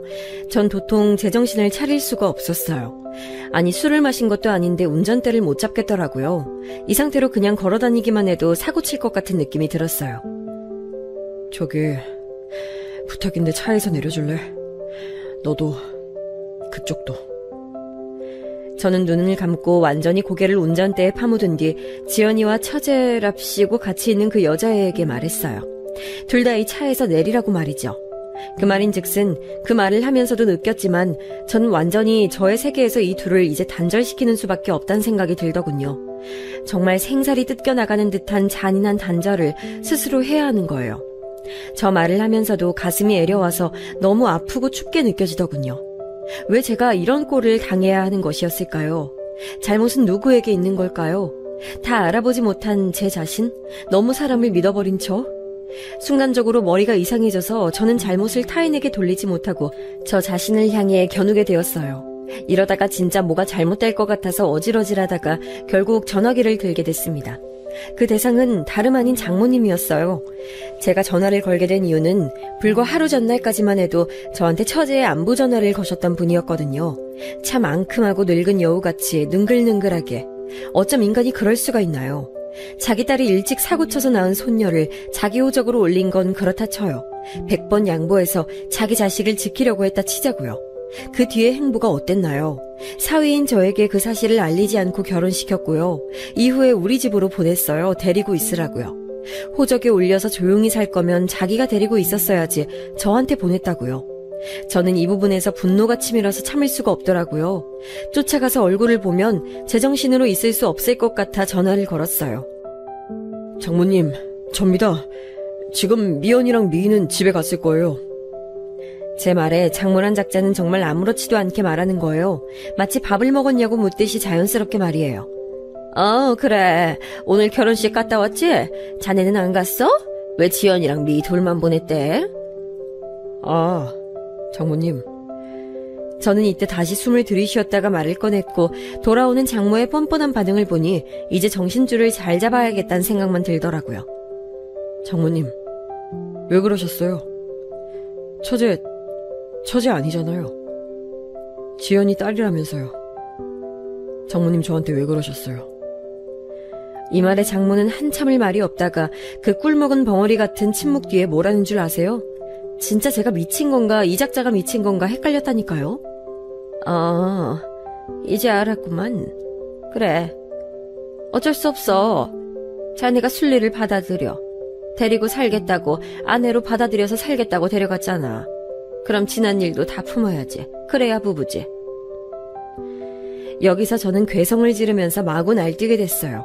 몇 번을 생각해봐도 제 입에서 나올 수 있는 소리였나 싶을 정도로 아주 괴팍하게 말이에요. 그걸 지금 말이라고 하십니까? 제가 왜요? 제가 왜 장모님 딸이 질러버린 일을 품어야 되는데요? 제가 꾀꾀거리면서 소리를 질러대는데 정신 차려보니 침이 흐를 정도였더라고요. 그새 장모는 전화를 끊어버렸고 제가 몇 번을 걸어대도 받지 않았어요. 장인도 같이 있었는지 둘 다 똑같이 안 받더군요. 그러니 제 머릿속은 복잡해졌고 이후로 일을 어떻게 해야 하나 머리가 아파올 뿐이었어요. 일단 뭔가 말할 정신도 없었고 그날 집으로 들어가니 처제란 여자애는 온데간데 없고 지연이 혼자 앉아있더군요. 눈물이 가득한 얼굴로. 집에 불도 켜지 않고 껌껌한 조명 아래 무릎을 꿇고 있는 거예요. 여보, 많이 힘들지? 내가 정말 용서를 구할게. 미리 말 못해서 미안해. 나도 사정이 있었어. 나가. 전 딱 잘라서 말했어요. 여보. 아니 됐어. 나가. 부탁할게. 내가 빌까? 나도 엎드려서 빌어? 그래야 나가줄래? 여기 내 집이야. 이렇게 말했는데도 어정쩡하게 서 있는 지연이를 향해 저는 결국 극강의 한마디를 건넸고 그 말에 지연이는 소스라치게 놀라 신발을 마구 주워 신고 뛰쳐나가더라고요. 너 지금 안 나가면 나 정말 제대로 사고 칠 수 있을 것 같아. 이렇게 말할 때 빨리 나가.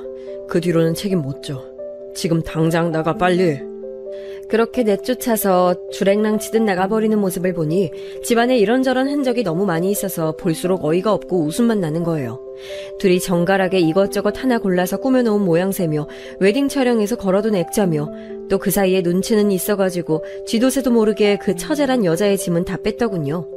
자기는 그대로 여기에 붙어있을 수 있을 거라 생각했던지 자기 짐은 치우지 않고 그대로 둔 게 화가 났다가 어쨌다가 하여간 저는 제정신이 아니었어요.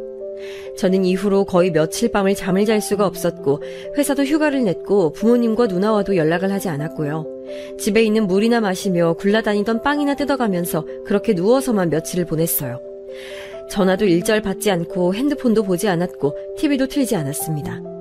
그냥 이렇게 사라져버리면 안 되나 싶은 눈을 뜨고 있는 자체가 무섭게 느껴지는 일상이었거든요. 어떻게 저를 그렇게 감쪽같이 속일 수가 있었을까요?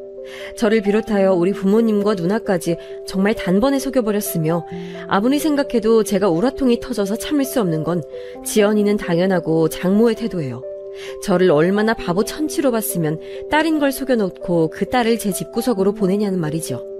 그래놓고 받아들이라고 하고 전화를 피했어요. 심지어 중간에 정신 차리고 문자를 확인해보니 이렇게 메시지가 와있더군요. 순간 전화를 부숴버릴 뻔했습니다. 자네, 경우가 없는 사람이네. 갑자기 이렇게 애를 쫓아내면 어떡하나. 대화로 풀어야지. 부부로 살겠다고, 기쁠 때나 슬플 때나 함께 하겠다고 하지 않았나.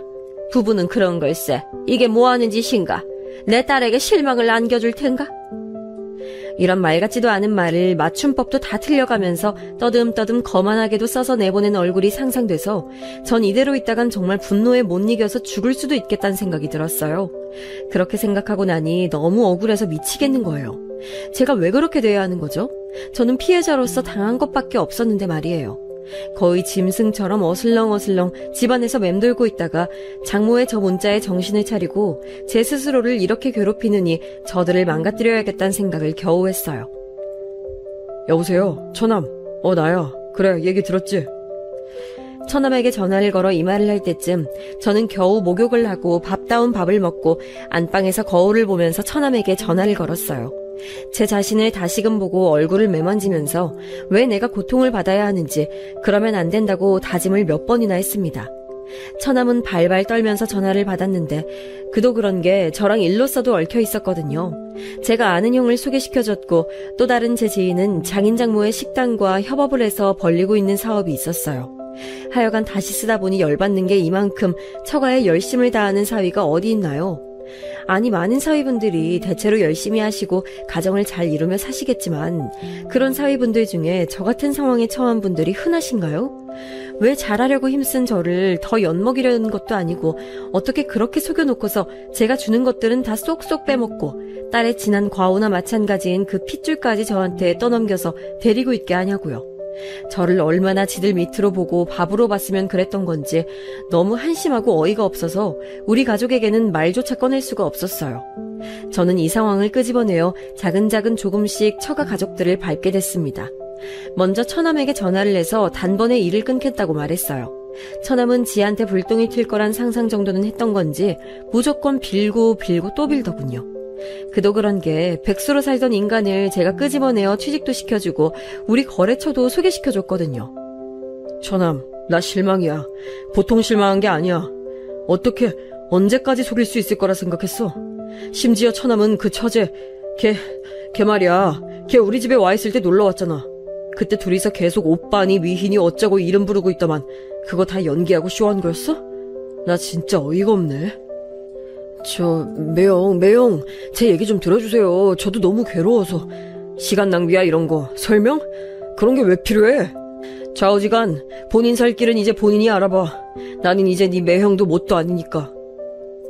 곧장 저는 처남과 연결해줬던 모든 네트워크를 다 끊어버렸어요. 지인들에게는 자초지종을 자세히 말할 수 없지만 이혼하게 됐다고 말했어요. 물론 다들 기겁하고 놀랐죠. 민철아, 갑자기 왜? 이혼? 아이고, 하긴 물어서 뭐 하겠냐마는. 암튼 그래. 네 그 처남 거는 내가 알아서 처리할게. 그리고 그 뒤에 이어서 할 일은 그 뻔뻔한 늙은 여우 같은 노친네들이었죠. 제 지인분들에게 연락했고 장인장모와 하는 협업을 끊어달라 했어요. 역시나 보통 아닌 노친네들이었어요. 어지간한 심장으로 그런 대대적인 사기를 칠 수 없었겠죠. 아니나 다를까 제가 천암일 끊어버린 걸 알고 바로 제 지인에게 쫓아가서 자기들과는 일해달라고 했다더군요. 전화로 듣고 얼마나 골 때렸는지 몰라요. 민철아, 그 니네 장모님 장난 아니시더라. 저기 뭐야, 우리랑 협업하는 것 때문에 이것저것 담보 잡고 대출을 엄청 땡겼다던데? 아니 근데 왜 계속 해달라는 거야? 구두로 계약하긴 했었는데 새삼스레 왜 저러는지 모르겠어. 저기 형, 그거 그만 좀 해주세요. 제가 다른 분들이랑 연결해드릴 테니까 저희 장모님 쪽이랑은 일 끊어주세요. 아니지, 이제 장모도 뭣도 아니에요. 저 이혼할 거예요. 소송도 할 거고요. 이렇게 해서 제가 웬만큼 큰 마음을 갖고 처가 쪽에 보냈었던 인간적인 모든 배려들을 전부 가위로 전깃줄 자르듯 뚝뚝 잘라버렸어요. 현재 이혼 소송 중인데 이 쇠심줄 같은 것들이 독이 올라서는 제 뜻대로 해주질 않고 있어요. 제가 다 끊어버린 것 때문에 밥줄은 물론이고 대출받은 것들을 어찌 감당하냐며 아주 욕을 하고 난리들도 아닙니다. 그나마 뭐랄까, 이 모든 원흉의 근원인 지연이, 걔는 그나마 양심이라도 있는 걸까요? 어쨌건 본인은 저한테 아무런 연락도 하고 있지 않아요. 사실 걔도 잘 모르겠어요. 그 뒤로 미안하다는 말도 안 하고 지 엄마를 통해서 이혼은 할 수 없다, 사기 결혼 소송은 더더욱 받아들일 수 없다는 의지를 나타내고 있으니까요. 이게 사기 결혼이 아니면 뭔가요? 저는 그들을 절대 적당한 방식으로 봐주지 않을 거예요. 주변에 법적으로 도움 줄 사람들도 없는 건지 그 표독스럽게 돈도 고르고 욕심만 그득한 것들이 매일같이 집착하는 내용의 문자를 보내는 것 말곤 뭣도 못하고 있습니다. 저는 이미 이런저런 절차들을 다 마련해놨고 단지 저를 괴롭게 하는 건 눈 뜰 때마다 매일같이 머리를 얻어맞는 듯한 트라우마가 남았다는 거예요. 아내의 나이 차이 많이 나는 여동생이 알고 보니 아내의 딸이었다는 거, 그 한 줄만으로도 너무 역겹고 토할 것 같거든요. 그나마 하늘은 제 편이었는지 사기 결혼 소송 준비는 순조롭게 되어가고 있고요. 저 집 식구들은 안 그래도 궁핍한 형편에 그나마 중산층 사위를 맞았다가 아주 황금알을 가진 거위배를 갈라버리는 꼴이 됐어요. 자기들이 그냥저냥 살던 때에 비해서 빚까지 어마어마하게 지고 다 같이 내쫓기는 신세가 된 셈이죠. 그 꼴 저는 팝콘 먹으면서 끝까지 구경해줄 생각입니다. 두고두고 제 눈으로 보면서 절대 용서해주지 않을 거예요. 그나마 인생을 제가 잘못 살진 않았던지 주변에 있던 형들이나 직장 지인들, 동료들이 여러모로 제 상황을 알고 하루 이틀 번갈아가며 잘 있는지 연락을 해주고 있어요. 참 고마운 사람들이에요. 한 가지 서글픈 건 저도 이런 좋은 사람들이 있지만 단 한 명의 배우자를 만나서 잘 지내고 싶었는데 말이에요. 제가 겪은 가장 큰 손실은 그렇게 잘 해나가고 싶은 기대와 자신감을 아주 크게 훼손당했다는 거예요. 이건 어떻게 보상받을 수 있을지 그 부분이 저에게 가장 큰 숙제라고 생각이 되네요. 일단은 그 인간들 망해서 일어서지도 못하게 만드는 걸 완전히 도장 찍듯 확인하고 이후에 새로운 발걸음을 나아가려고 해요. 요즘 들어서야 겨우 밥 한 공기 다 먹고 움직이게 됐네요. 제 이 날선 한풀이를 들어주셔서 감사합니다. 들어주신 분들은 모두 저보단 나은 좀 더 편안한 하루들을 보내시길 바라요. 건강하십시오.